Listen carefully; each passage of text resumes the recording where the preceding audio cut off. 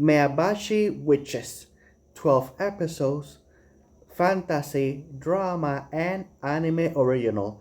Now, even before I press play in episode 1, I knew that this was an idol anime. They can say witches all the time throughout the entire 12th episode, but no, this is an idol anime with a touch of magical girl.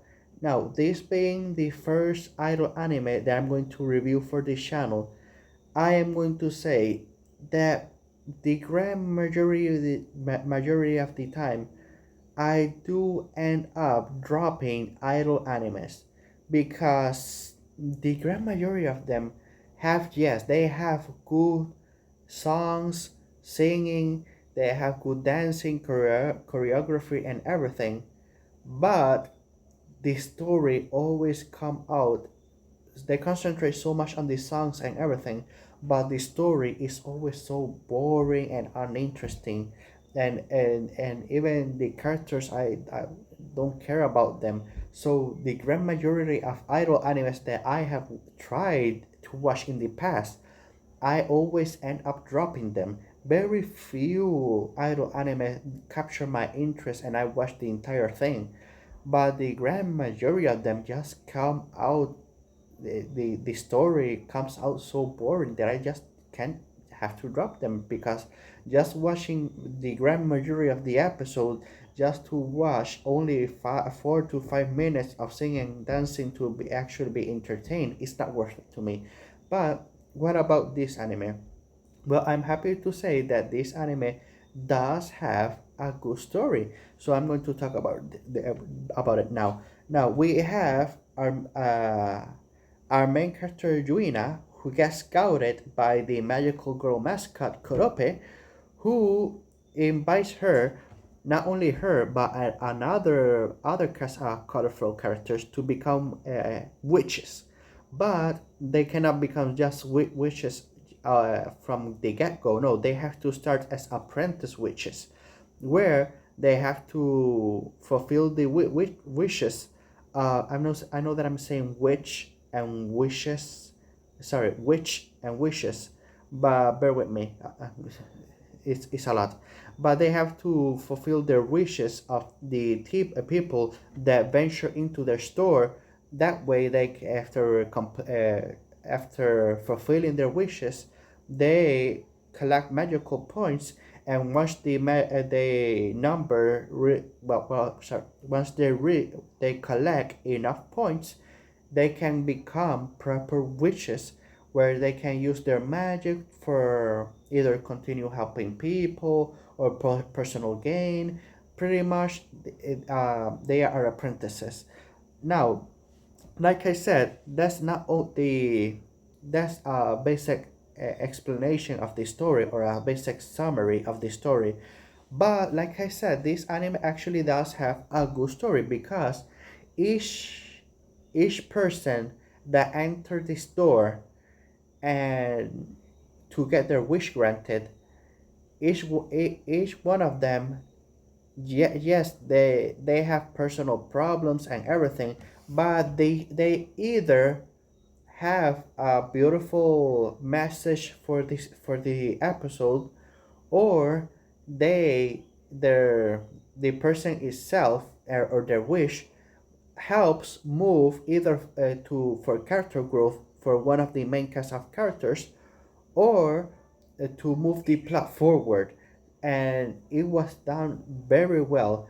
Now, I want to say that in this channel we strive for gender equality, because if you watch all 12 episodes, you notice that each and every person that entered the store is a girl, either a little girl, teenager, adult, even a granny. Each person that entered the store is a girl. And there was even one part of the episode where you see an entire line of people wanting to get their wish granted. And if you look very closely, each I look very closely, each and every single one of them is a girl. And I'm just going to say this. Look, with this discrimination, we guys have wishes too. We, to now, look, there were. I'm just going to say one of them. One of the wishes that one of the girls that entered the store was to simply that she got a bad haircut and she just wanted her hair to grow to the length that it was before. And that was a simple wish, a wish that she wanted to have granted before her date with a guy she really likes the next day. And if they can grant frivolous wishes like that, we guys have a lot of frivolous wishes also. Lose a couple of pounds, maybe put on a couple of muscles, maybe I don't know. Right now I don't have examples flowing to my brain fart, I should say. But yes, we guys have wishes too, so it's not fair that only the girls have their wish granted. But I know I'm half joking, but yes, it's just simply something that I just noticed and wanted to bring it up. Now, yes, not only the story was well done, but the characters are also very interesting because yes, the characters, all of them are written very well. Not they all written like they have a real characteristic that a person would have in real life. They get angry, sad, they disagree with one another. Oh, you have certain beliefs, I have certain beliefs, agree to disagree, we can continue to be friends and everything. But I would say that out of all the main cast, there were only two standout characters that really shine more than the others, and that will be first Juina, who is our main character. That she has she's a lot. She even she says herself in an episode that she has a lot a personality and she's most enjoyed in small doses, but she was able, and sadly because of that she doesn't have good friends outside of the whole being apprentice wishes. But she made was able to finally make good friends, and like I said, she's a lot but she's very likable. Now, our other character is Asu, who, unlike Yuina, Asu, from minute as soon as she appeared in episode 1, she came out as in the worst way possible, very nasty, disagreeable, always trying to pick a fight and everything insulting. She came out as the worst way possible, and I honestly even I just couldn't see myself liking her. But by the end of episode 2 and from the episode 3 where she went through a character growth, and onwards, she actually became one of my favorite characters from this show. Yes, she after the third episode with her character growth, she didn't necessarily did a 180. She was still very combative and disagreeable, but it didn't feel nasty like it did before. It felt more like, like when two bros hang out with each other, we insult each other and we play fight and everything. It came out less nasty and more like playful banter, if I could say, if it makes sense, at least to me. So yes, Asu becoming an actual good character, good likable character, actually was very surprising to me. Now, one thing that I want to say also is, yes, this being an idol anime, when typically with idol anime is all in 2D, but as soon as the character pick up the microphone or step on stage, suddenly 3D models. And some of them do it better than others. I'm not going to. I'm talking about other animes that I have watched in the past. But what about this one? Well, I am also happy to say that this anime, when it comes to the 3D models, was also very well done. Not only just with the singing, dancing, the music was everything was we the music was well done, but visually with the 3D models, the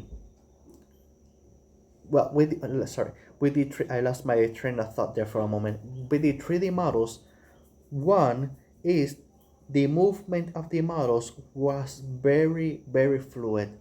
I was paying close attention towards the entire body movement, the fingers and everything, and the movement was so fluid and so seamless that there was no problem with that with the movements at all. And not only that, even visually, it was also very well done. Honestly, if it wasn't for the whole, because most 3D models have a glossy shine when it comes to the models with their face, with hair and face and such. If it wasn't for that, honestly, I wouldn't even notice. And if they would have matched the, because yes, the color palette or color grading, if they could mesh it more with the color the with the 2D models, I honestly wouldn't even have noticed. But because I know it's something that I pick up very quickly watching anime for many years. But yes, with the 3D models, movement fluid, visually very incredible. I could say that the 3D models were very much, I'm going to say, it was pretty much in par with Studio Orange. Was done very well.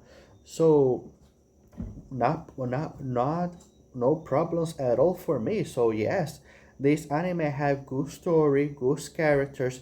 With when it comes to with the with the singing and everything was so well done. I have zero problems with the anime. So I'm going to give this one. I'm going to give a score now.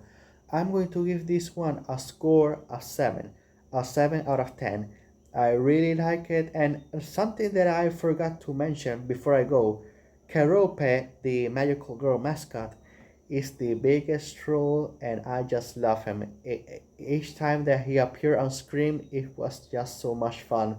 Even with in the last episode 12, and after this after the credit scene, even even the unique way to say bye to the audience, it was also very, let's say, in the Kerope style of trolling.